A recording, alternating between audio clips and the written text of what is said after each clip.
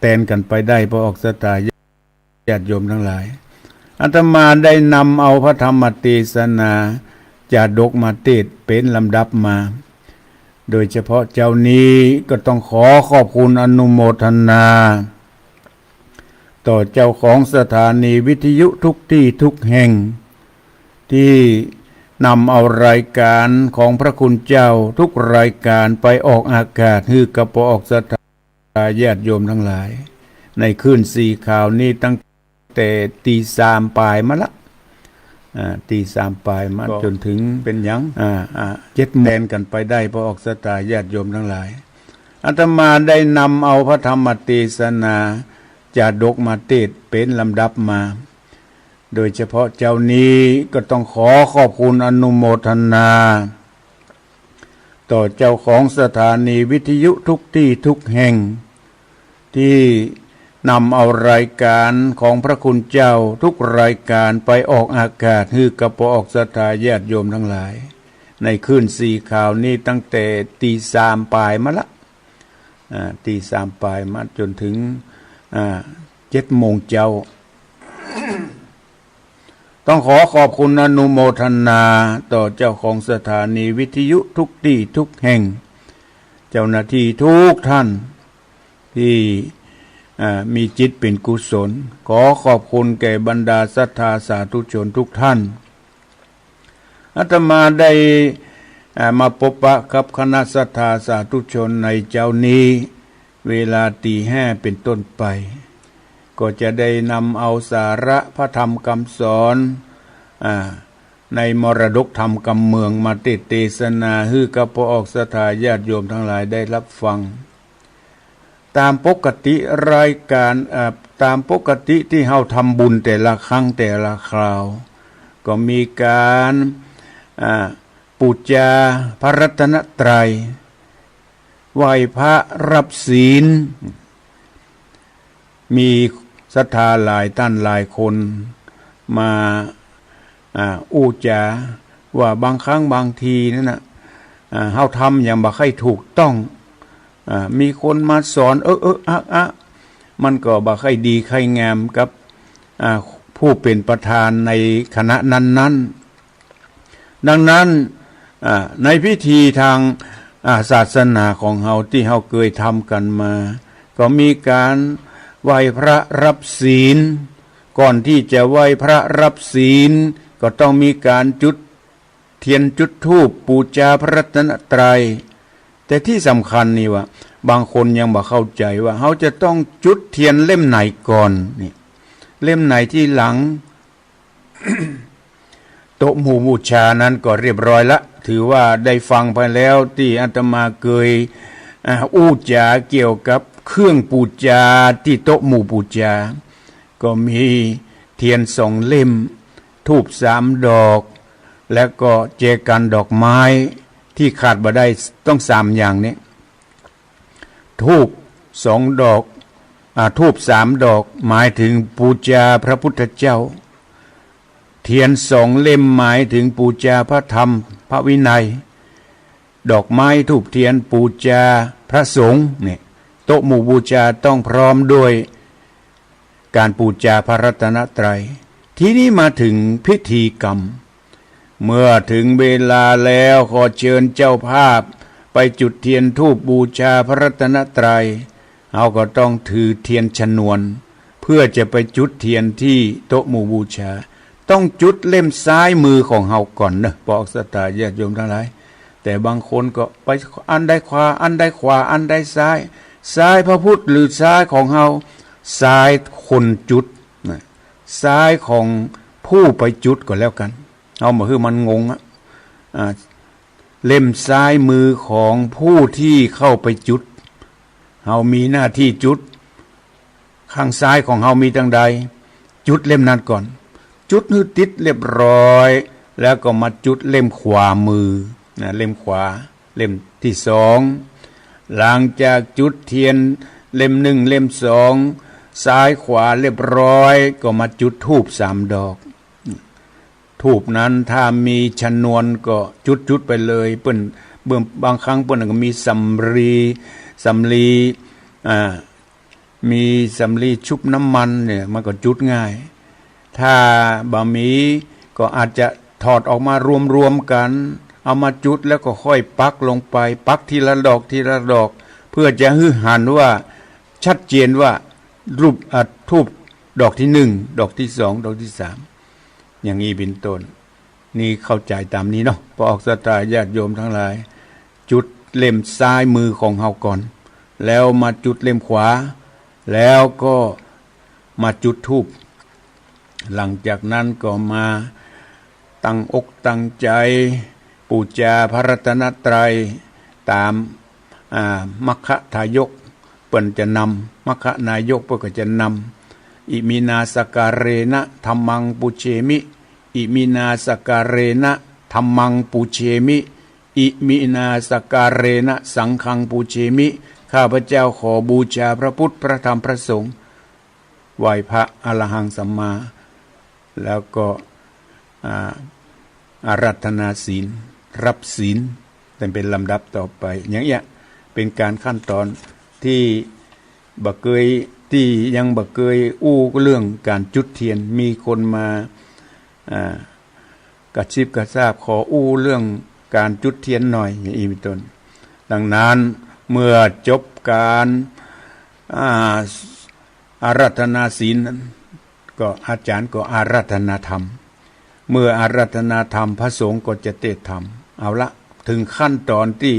อาตมาจะได้เทศนาธรรมวันนี้จะได้นำเอาธรรมกำเมืองผูกเดียวจบเรื่องสุญโญ7ประการมาเทศนาให้กับพอออกศรัทธาญาติโยมทั้งหลายก็เคยเทศมาหลายครั้งหลายคราวเว้นระยะมาก็ 2-3 ปีก็เอามาทบทวนอีกครั้งหนึ่งพอออกศรัทธาญาติโยมทั้งหลายเพื่อให้เป็นสาระเป็นคติเตือนใจแก่บรรดาศรัทธาสาธุชนทั้งหลายในเนื้อหาสาระของพระธรรมเทศนาสุญโญ7ประการเป็นอย่างใดนั้นก็ขอพอออกศรัทธาญาติโยมทั้งหลายได้ตั้งอกตั้งใจสดับรับฟังพระธรรมเทศนาสุญโญ7ประการนะโมตัสสะภะคะวะโตอะระหะโตสัมมาสัมพุทธัสสะ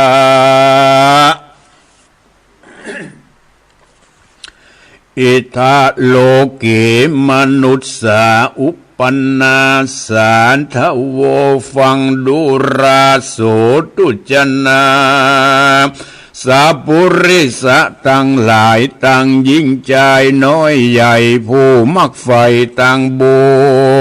ญอันจักหนุนส่งอยู่ฮือได้อยู่สุขเจยบาน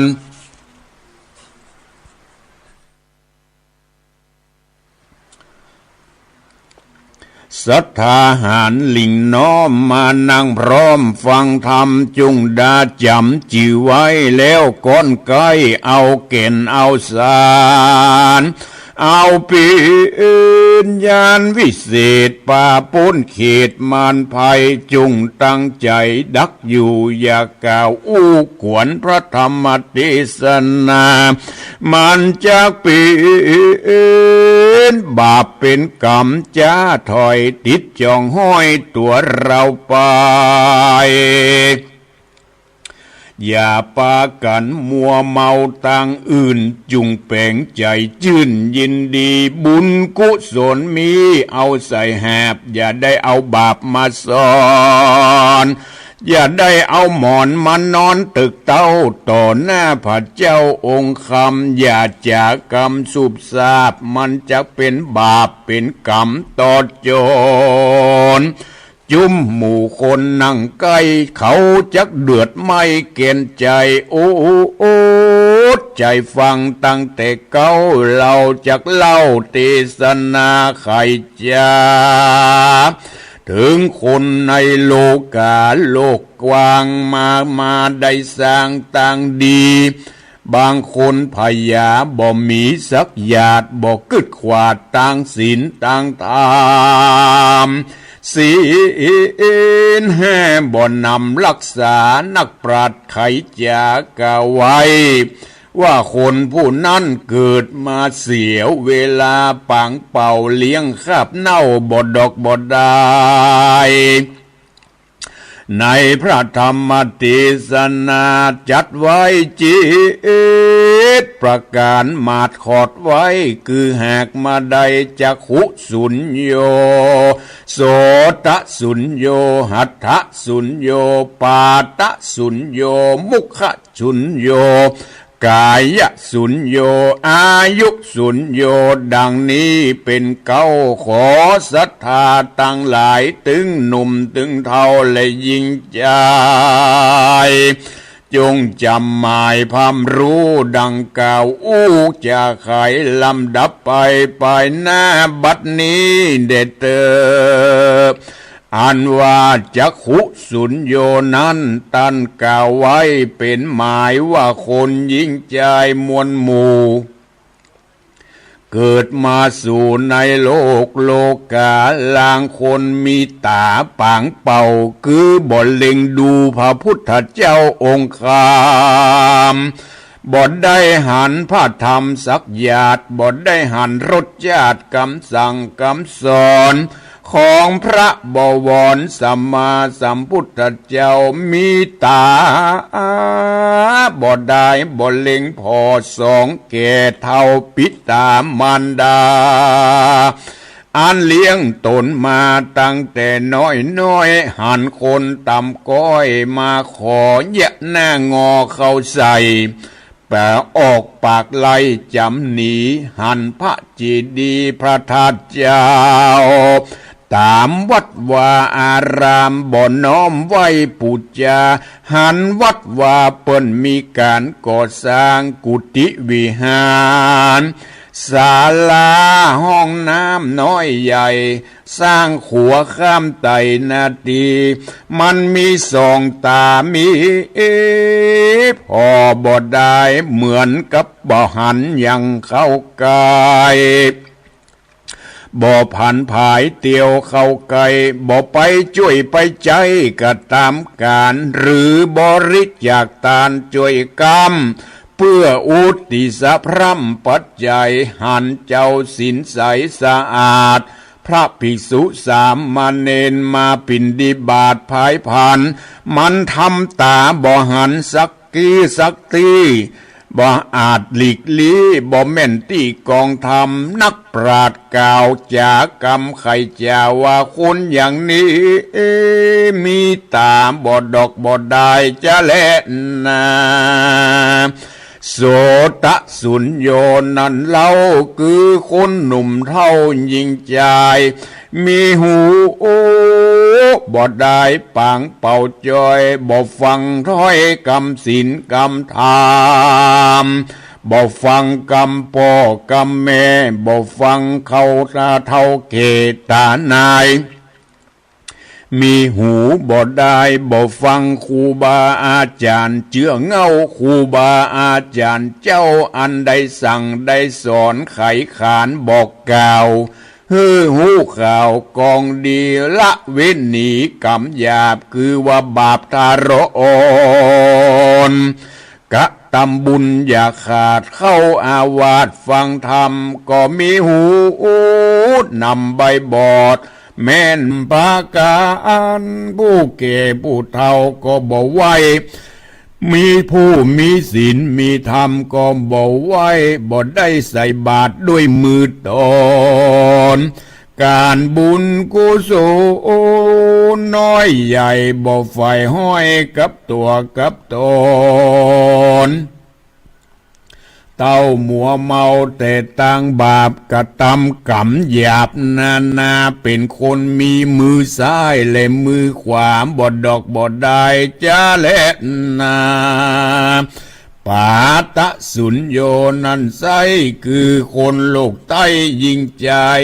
มีตีนบ่ได้ปางเป่าบ่ได้ไต่เต้าเตียวไปวัดไปวาบ่เตียวไปเตสัน ฝ ฟังคำเทศนาบ่ไปต่อฟังโอวาทคำสั่งคำสอนบทเดียวไปหานักปราชญ์เมธีหุนทางดีบทไต่เต้าบทเดียวไปหาในข่วงแก้วเจ้าสามประการบทเดียวไปหากองธรรมเตียวตังดำจะใจไปหาบาปใบกับตัวห่อ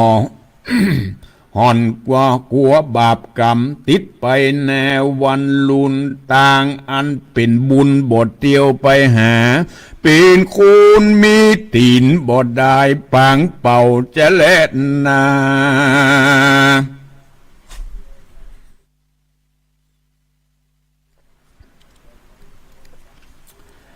มุขสุญโย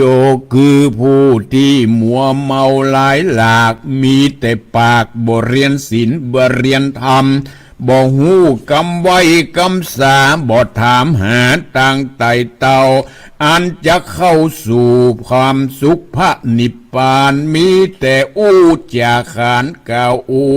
ว่ามันหูกองธรรมสวรรค์มีกี่จันมันหูหมดนัดโลกกี่จันมันก็หูต่างบ่ดีหยาบจ้าหูไปหน้าไปหลังหูอันนิจจังหลายหลากความจริงมันจ๋าแต่ปากอวดหูอวดลวกลางเตือเอวอู้ไข่จ้าบอกเป็นสัจธรรมว่าเล่นบอกเข้าเส้นยายำว่าเป็นกรรมต่ำไตแม่นฟังได้ก็บดีเอาเป็นกรรมเบาขุมยาหือคนท่วนหน้าหลายหลามไข้หัวตัวตามเหิดสู้ที่แต้เป็นคนลมปุ่มหลวงคนปันปวงมวลมากไผมีปากดังอีนักปราชญ์กล่าวจี้ว่าเป็นคนมีปากบดดอกบดได้จะเล่นนากายสุญโย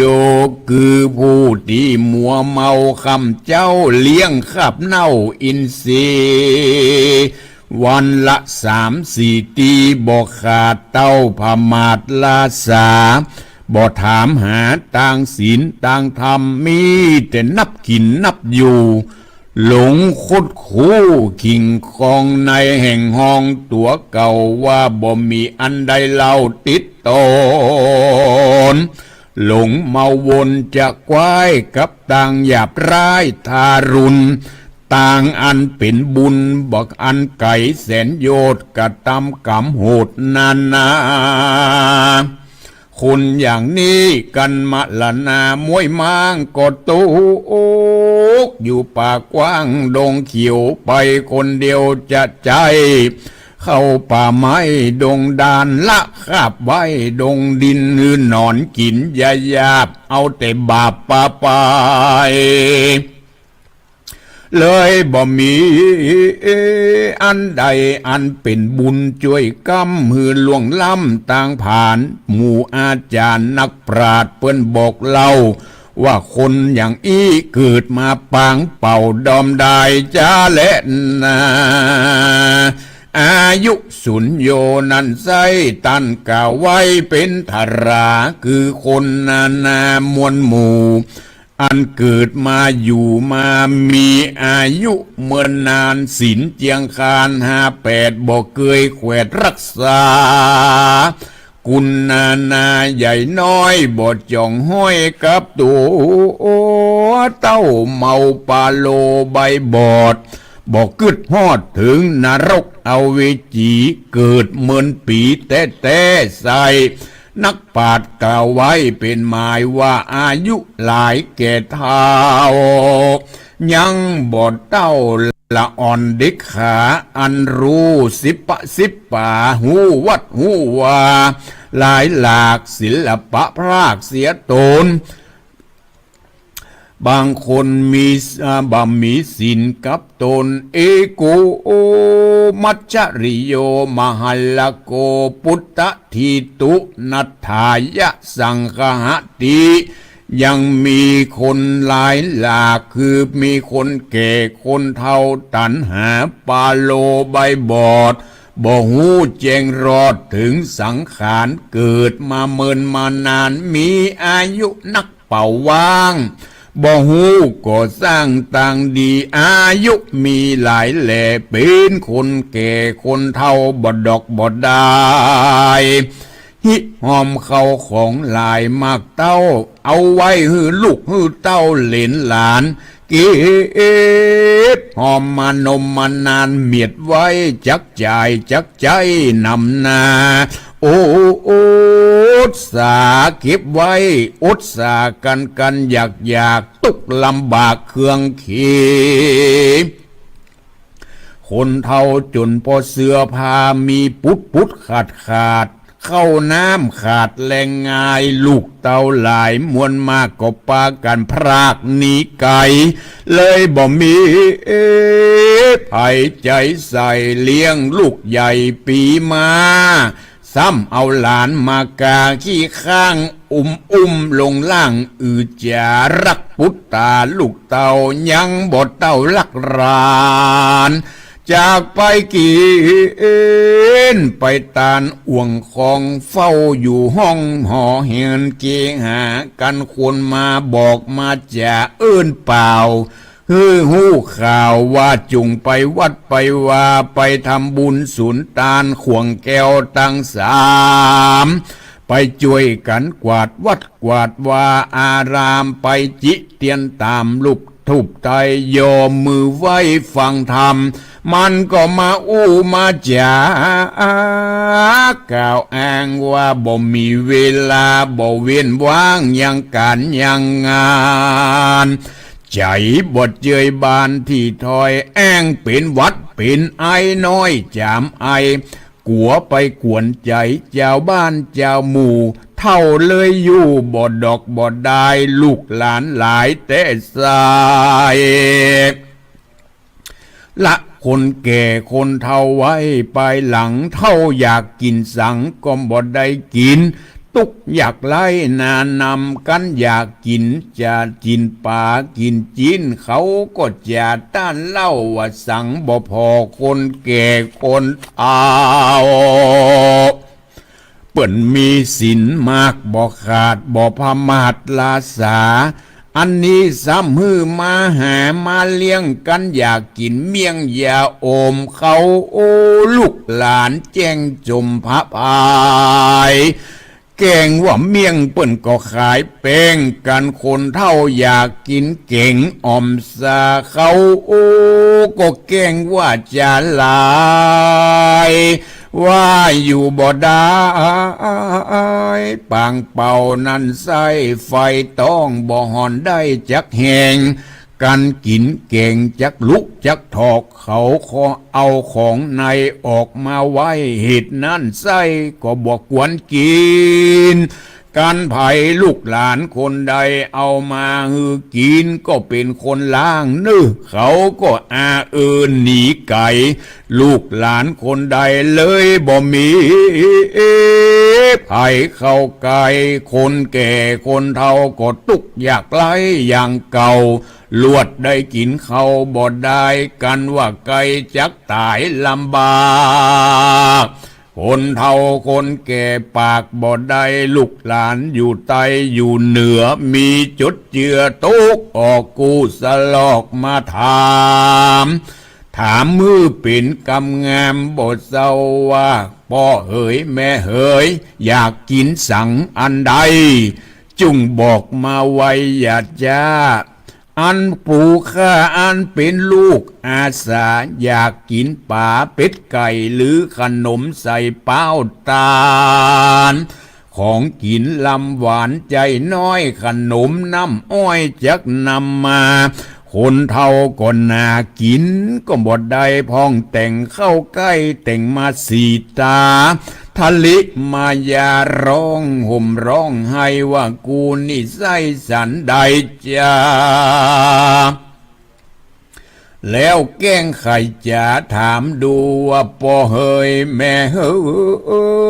ยอยากกินปูหรือกินปลาอยากกินปูหรือกินปลาอยากบูยาหมักเมียงมีนี่เสียงจุอันอ่าน เขาปากันอยู่เฝ้าจ๋าลมเล่าเอาใจว่าจะกินอันใดก็ได้เมื่อข้าอยู่ใกล้บ่ยากบ่ฮือกันอยากเดิมอ่อนพองแต่งมาป้อนอาหารของข้าวหวานนำมา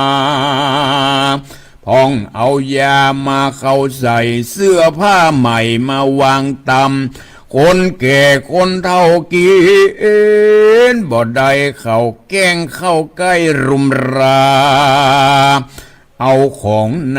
ามายัดใส่ปากย้ำคนแก่คนเฒ่าใครอยากปากได้บ่มีไผมาใกล้มาถามยามคนเท่าจ่าบ่ได้เขาแต่งมาไกลมาจ่ามาถามปอฮือเป็นกำงามกับโลกทีมว่าบริโภคกินได้ก็บ่หอนจักได้ปิกคืนมาอะโหวัตะโอยนออันว่าสังขารละธรรมนินานอมันบ่เตียงรู้ความเงียงเปปังมะละนังอ่านว่าความตายนี่นะโนไผ่บอกกฎหมายอย่างหูเตียงตายจุโพยิงใจกันว่าคนเท่าตายเจียนจากลาละภาคเป็นผีเข้าของที่มีนั่นใส่ก็ละไว้เป็นสาธารนือลูกหลานหนุ่มเท่าได้เป็นเจ้าแทนของมีถมทองบ่ไรมีลูกชายไว้นั่นเล่าบ่มาเฝ้าเตรียมเคียงมีลูกเมยิงน้อยใหญ่ก็บ่มาอยู่ไกลถามหาบ่มีกตัญญูตาต่อพ่อต่อแม่อันเลี้ยงแต่น้อยมาปล่อยฮือพ่อแม่แก่เท่าปี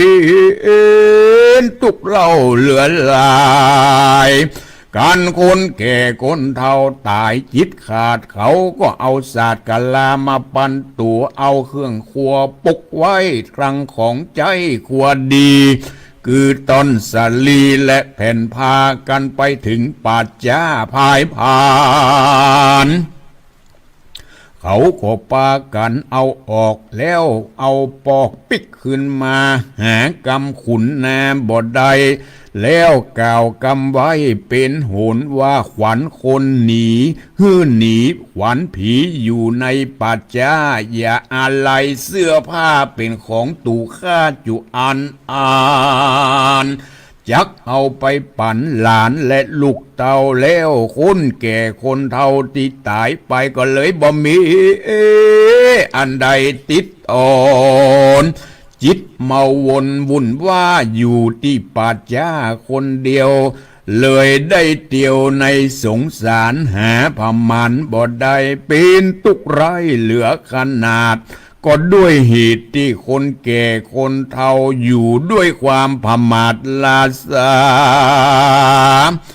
ได้เกิดมาปางเป่าสุญโยแต่เล่าเป่าดอมได้จ้าและนาตัดสมาเหตุนั้นเราตั้งหลายอันเกิดมาในโลกจุงจำหมายเมียดไว้ที่เฮาตั้งหลายได้เกิดมากับเปิ้นหนึ่งชาติก็อย่าได้ปากันขาดเมตตากรุณาเตียงเต้าใจอยู่เฝ้าอวยตานศีลธรรมเจียงคานตั้งศีลห้าศีลแปดอย่าเนิ่นจ้าปากันรีบรักษามันเข้าหานักปราชญ์ไปวัดว่าอารามรีบฟังธรรมฟังแล้วจำจื่อไว้ปีนไม่ใต้สอนใจบาปบุญใดๆมากกว่าไผได้สร้างหอมไว้ก็จักได้ตอบสนองปิกมาคืนครอบปลายลุนกันเฮาได้ทำบุญแล้วใส่เตียงจักได้สุขสดสดีกันบาปมีติดตนจักป่าวนตอบสายได้ร้ายคืนวันเหตุนั้นจุงปากันเว้นขาดกรรมไม่มาด อันเป็นต่างอากุศลจงรีบกระทำบุญกุศลไปใจใจเพื่อหือได้สุขเจยบานเอาเป็นยานกว้างใหญ่ขี่ข้ามไต่ไปรอดเวียงแก้วยอดมหานิราปานอันสุขสำราญคำเจ้าบ่หูสุขเศร้าเครื่องกาดังได้ติสนามาก็มีด้วยภาการดังกล่าวมานี้แลนะนิติตังขียาสังวันนาวิเศษจะห้องเหตุยังสุญโยติประการก็บังคมสมเร็จสดีพระธรรมเทศนาเรื่องสุญโย7ประการก็ได้จบลงไปในทำนองแบบปื้นเมืองเหนือพวกสตาญาติโยมทั้งหลายที่อาตมาได้เทศนาไปก็เพราะจะสรุปใจความโดยย่อๆว่าสุญโยแปลว่าเป่าว่างคำว่าสุญโยแปลว่าบะหมี่ยังมีก็เหมือนกับว่าบะหมี่ทำนองนั้นอย่างอันที่หนึ่งพูดว่าจักขุสุญโยจักขุหมายถึงตาเกิดมามีตาดีตาก็ยังหันอยู่ชัดเจนแต่ทำเหมือนบะหูบะหันเนี่ยเปิ่นไปวัดไปว่าก็มาหันเปิ่นไปก็มาไปหันเปิ่นไปก็มาไปทำเฉยพ่อแม่เป็นอย่างใดบ่ใครสนอกสนใจวัดวาอารามเปิ่นมีการก่อสร้างบ่พอบ่ก้อยอย่างเงี้ยพระสงฆ์องค์เจ้ามาบิณฑบาตทำบ่หูบ่หันมีตาหันอย่างแต่ทำหลีกลี่ทำบ่หูบ่หันบ่สนอกสนบ่ทำหน้าที่ของพุทธศาสนิกชนเนี่ยมีตาบ่ดอกบ่ได้พ่อแม่บางครั้งบางทีพ่อแม่เฒ่าแก่โอ้กะเงาะกะงอมลูกหลานมีตังใดก็มาหูบ่ช่วยกันพ่อกันคอยพ่อแม่เลี้ยงลูกมาหลายคนเป็น4เป็น5เป็น7เป็น8เลี้ยงพ่อแม่มาได้บ่พอพ่อแม่ก็จำเป็นตุกกันไป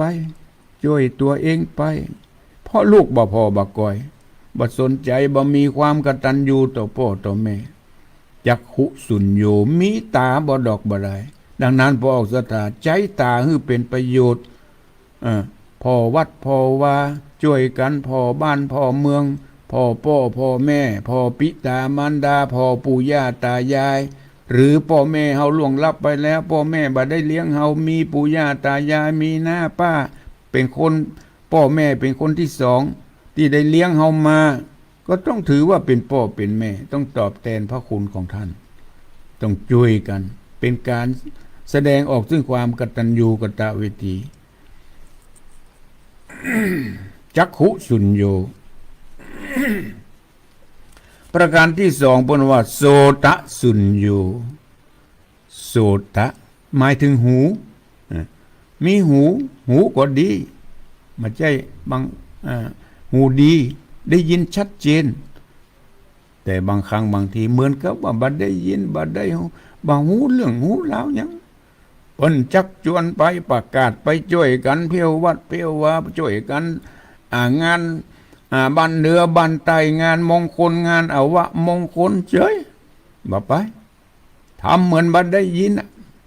ประกาศเสียงตามสายประกาศดังลั่นบ้านลั่นเมืองทำบ่ฮู้บ่ได้ยินเนี่ยงานวัดงานว่าทำบ่ฮู้บ่หันเปิ้นฟังน้ำฟังธรรมบ่สนอกสนใจมีหูบ่ได้มีหูบ่ได้ฟังถ้อยฟังกรรมบ่ฟังกรรมพ่อกรรมแม่พ่อแม่เตือนสอนบอกครูบาอาจารย์เสือนเหมือนก็ฟังละฟังหูซ้ายทะลุหูขวาบันนำเอาไปประพฤติปฏิบัติอย่างนี้เป็นห้องว่าเป็นคนมีหูบ่ได้มีหูบ่ได้มีประโยชน์ประการที่สามหัตถสุญโย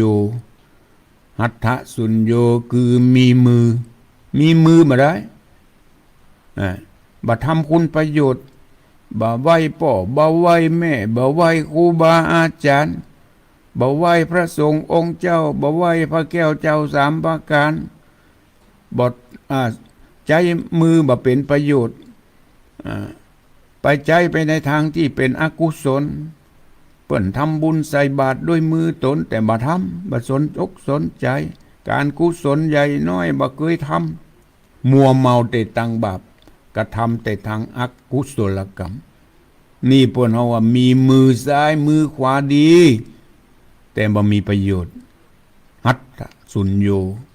ปาตะสุญโญอันที่สี่หมายถึงมีตีนก็สมบูรณ์อยู่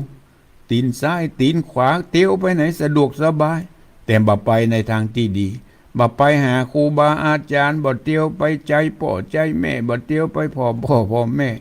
เปิ้นไปวัดไปว่ากันบ่ไปหนองไปล่องไปหาปูหาปลา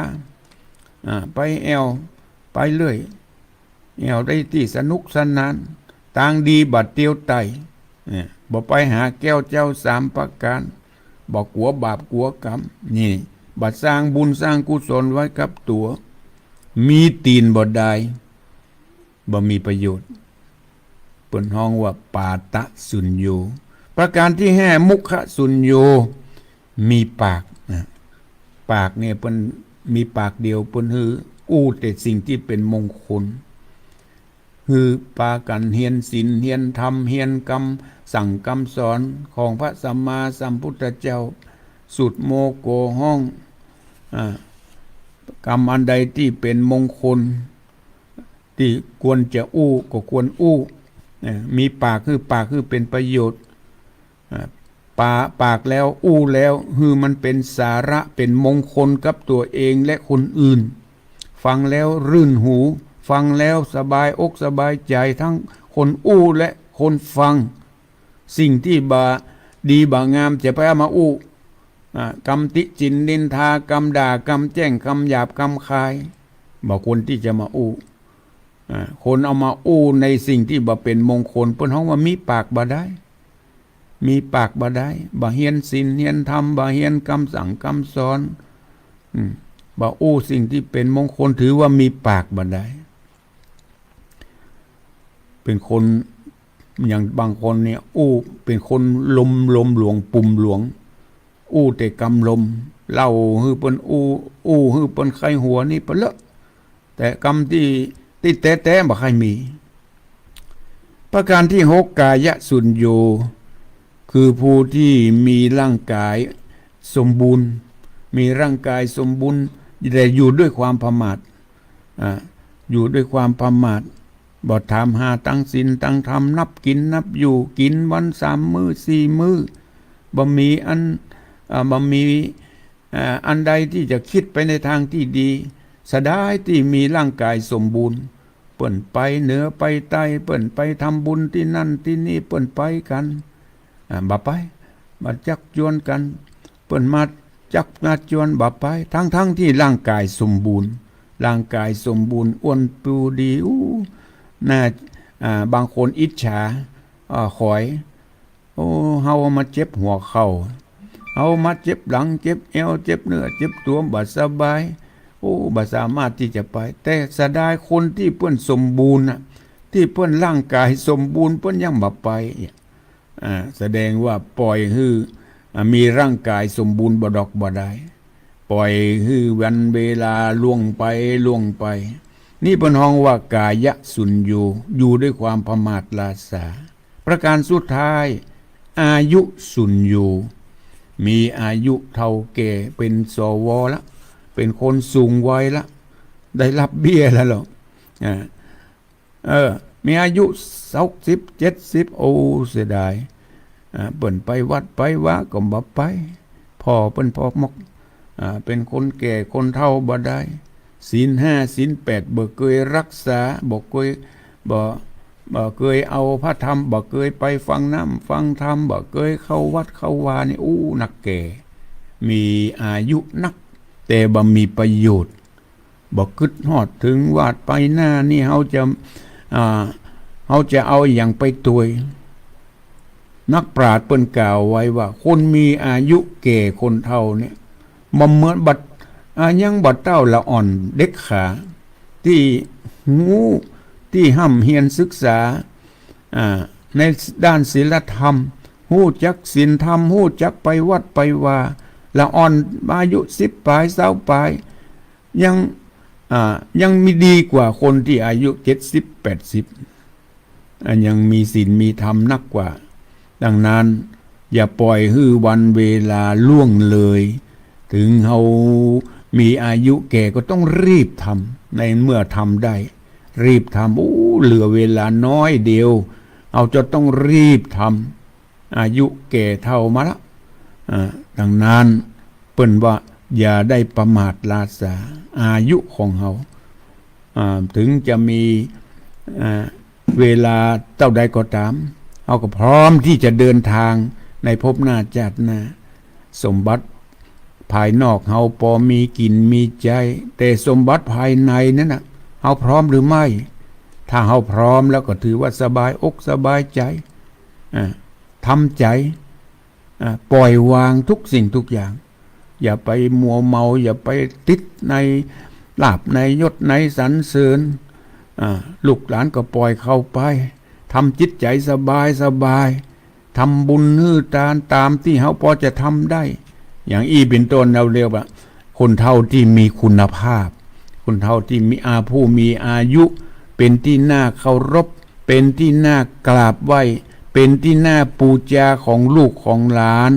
ที่ได้ปะได้ปบได้หันอย่างเป็นต้นพวกศรัทธาญาติโยมทั้งหลายอาตมาได้สรุปเนื้อหาสาระของพระธรรมเทศนา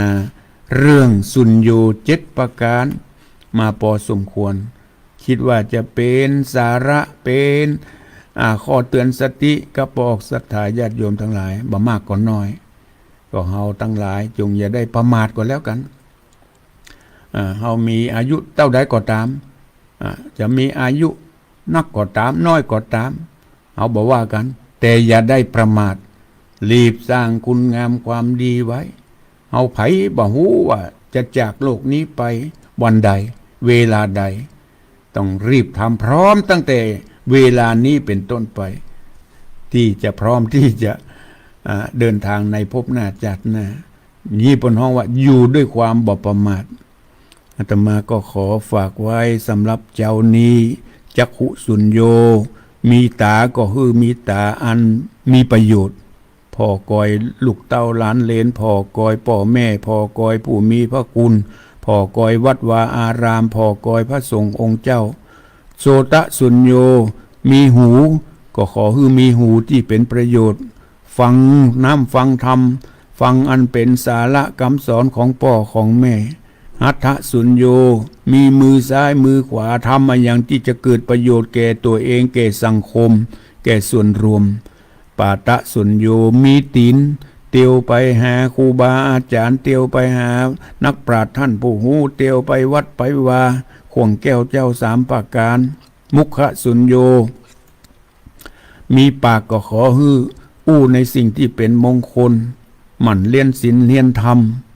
กายสุญโญมีร่างกายที่สมบูรณ์ก็ขออย่าได้ประมาท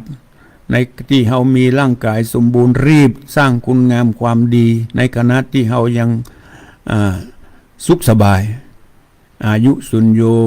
มีอายุเท่าแก่เท่าทำให้เป็นคนเท่าคนแก่ที่มีคุณภาพมีเป็นที่น่าเคารพบูชาเป็นบุพการีเป็นบุคคลผู้น่าเคารพกราบไหว้ของลูกของหลานของผู้ได้ปะได้หันนี่เปิ่นห้องว่าสุญโญ7ประการก็ขอให้ได้เป็นข้อเตือนสติเวลาที่เหลือนี้ช่วงแรกนี้ใครที่จะโทรมาอู้มาจาโทรมาที่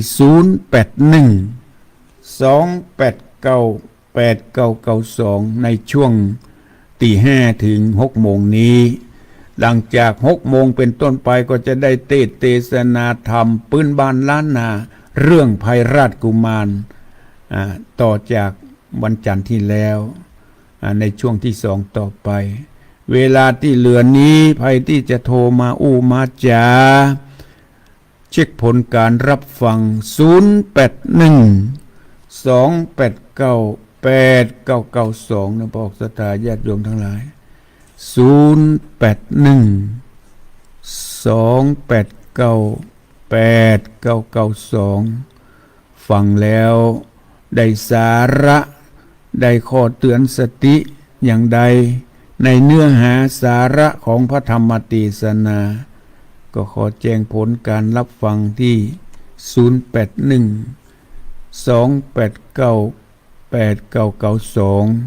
0812898992วันนี้มาแทนท่านพระครูอภิวัฒนวิกรมก็ขอขอบคุณที่มาชมทางเฟซทั้งหลายนะมีแม่สลินทิพย์บุญเลิศมีพ่อประเสริฐเยาวยมมี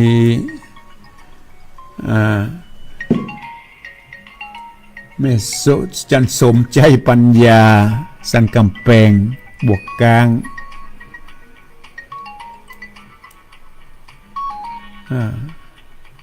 มีหลายๆท่านขอขอบคุณด้วยเจริญปอนเจ้าแก็บไว้แสนนะท่านพระครูวันนี้ก็มีบุญแถมวันนะตื่นขึ้นมามีลมหายใจ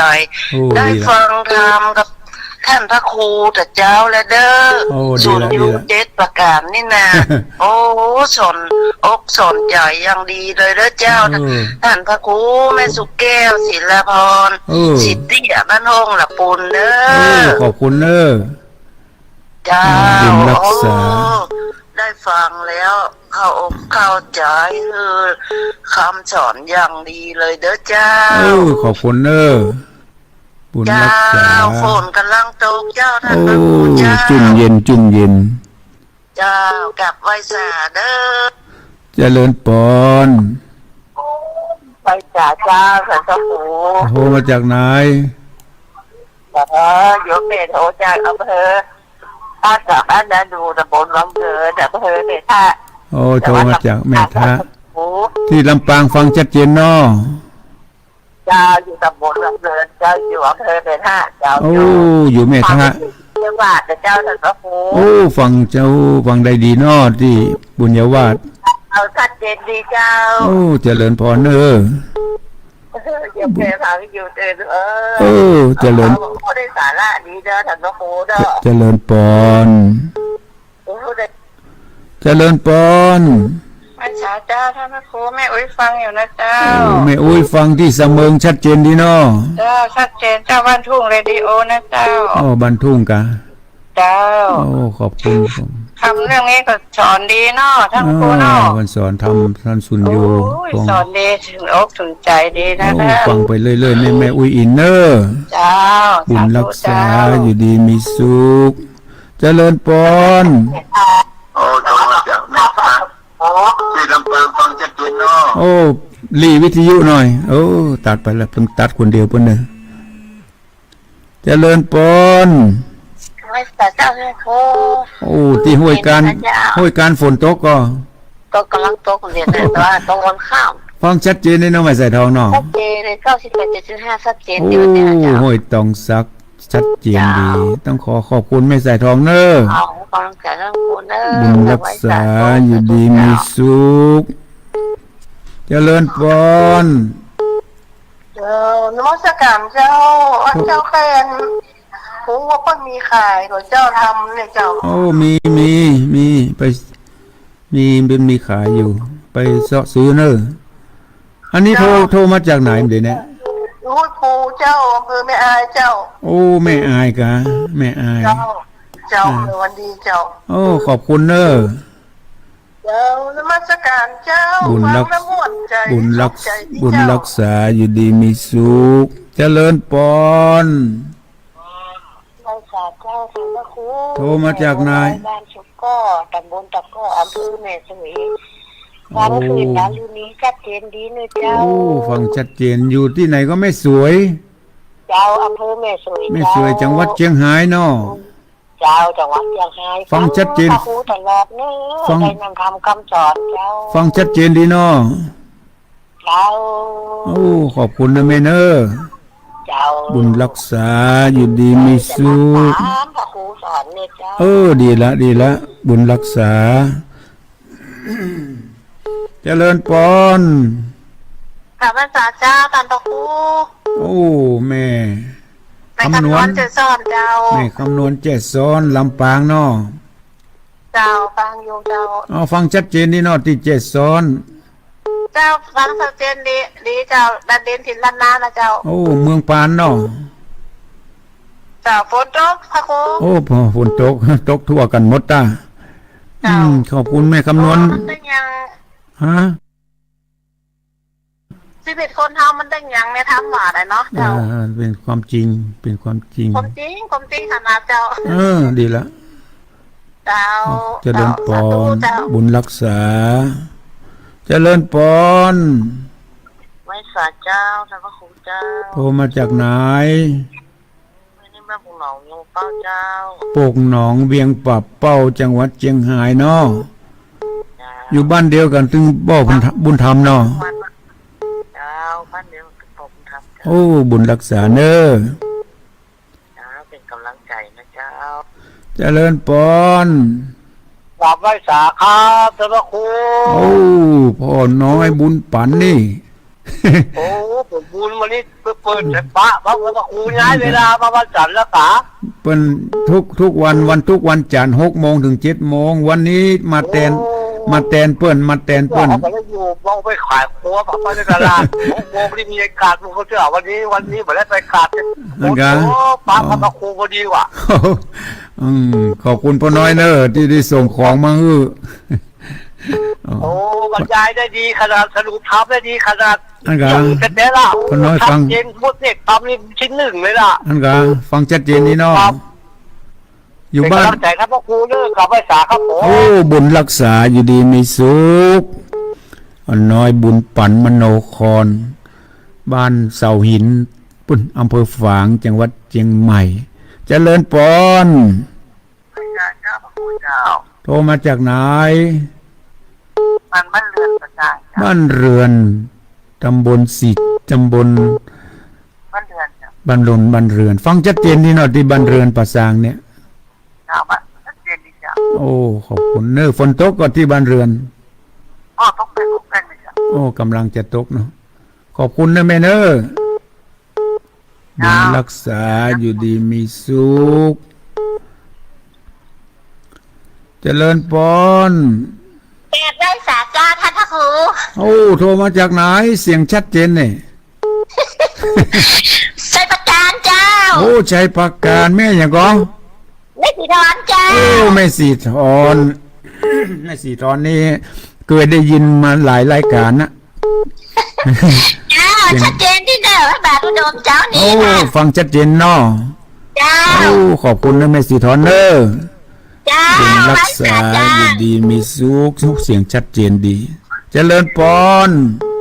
รักษาเจ้าท่านพระครู โทรมา แกะโลสิเอ็ดของคอจอมตอง โอ้จอมตองกำลังมาฟังชัดเจนดีเนาะ ทองยาวก็ร้อยมุนฝันท่านแรกแหละเนาะ ฮะ คอยสังทองมันใจมันแรกเจ้า อันกะอยู่สุบเตียกะจอมตองเนาะ จอมตองเจ้า โอ้ขอบคุณเนอะฟังที่จอมตอง บุญรักษา อยู่ดีมีสุขเนอะ เจ้าสัตว์ตูเจ้า อาตมาขอรับสายสุดท้ายเนอะขอรับสายเจริญปอน ไปสาเจ้า โทรมาจากไหน ได้สเก็ต ดอยสะเก็ดฟังชัดเจนดีกันที่ดอยสะเก็ด คำสอนเข้าใจดีเจ้า ฟังชัดเจน ทำมานี่ ฟังชัดเจนดีเนาะที่ดอยสะเก็ดเนาะ เจ้าชัดเจนดีเจ้า โอ้บุญรักษาอยู่ดีมีสุขเนอะ เจ้าสาธุสาธุ โอ้สายมั้งเปิ้นมานี่ละเจริญปอนขอสายสุดท้ายเนอะเจริญปอน เจ้าไปสาเจ้าพระครู โอ้โทรมาจากไม่วางเนาะ เจ้าต้องปีเจ้า ตรงปีไม่วาง ฟังชัดเจนนี่เนาะที่ไม่วาง เจ้าชัดเจนดี โอ้ขอบคุณเนอบุญรักษาอยู่ดีมีสุขช่วงแรกนี้อาตมาก็ขอนำรายการนี้จากไปก่อนเนาะก็ให้ติดตามรับฟังในช่วงที่2จะขอพักสัก5 นาที แล้วก็ปิกมาในโอกาสในตอนต่อไป ขอยุติช่วงนี้ก่อนเด้อขอเจริญปอนอายุวันโนสุขังพระลัง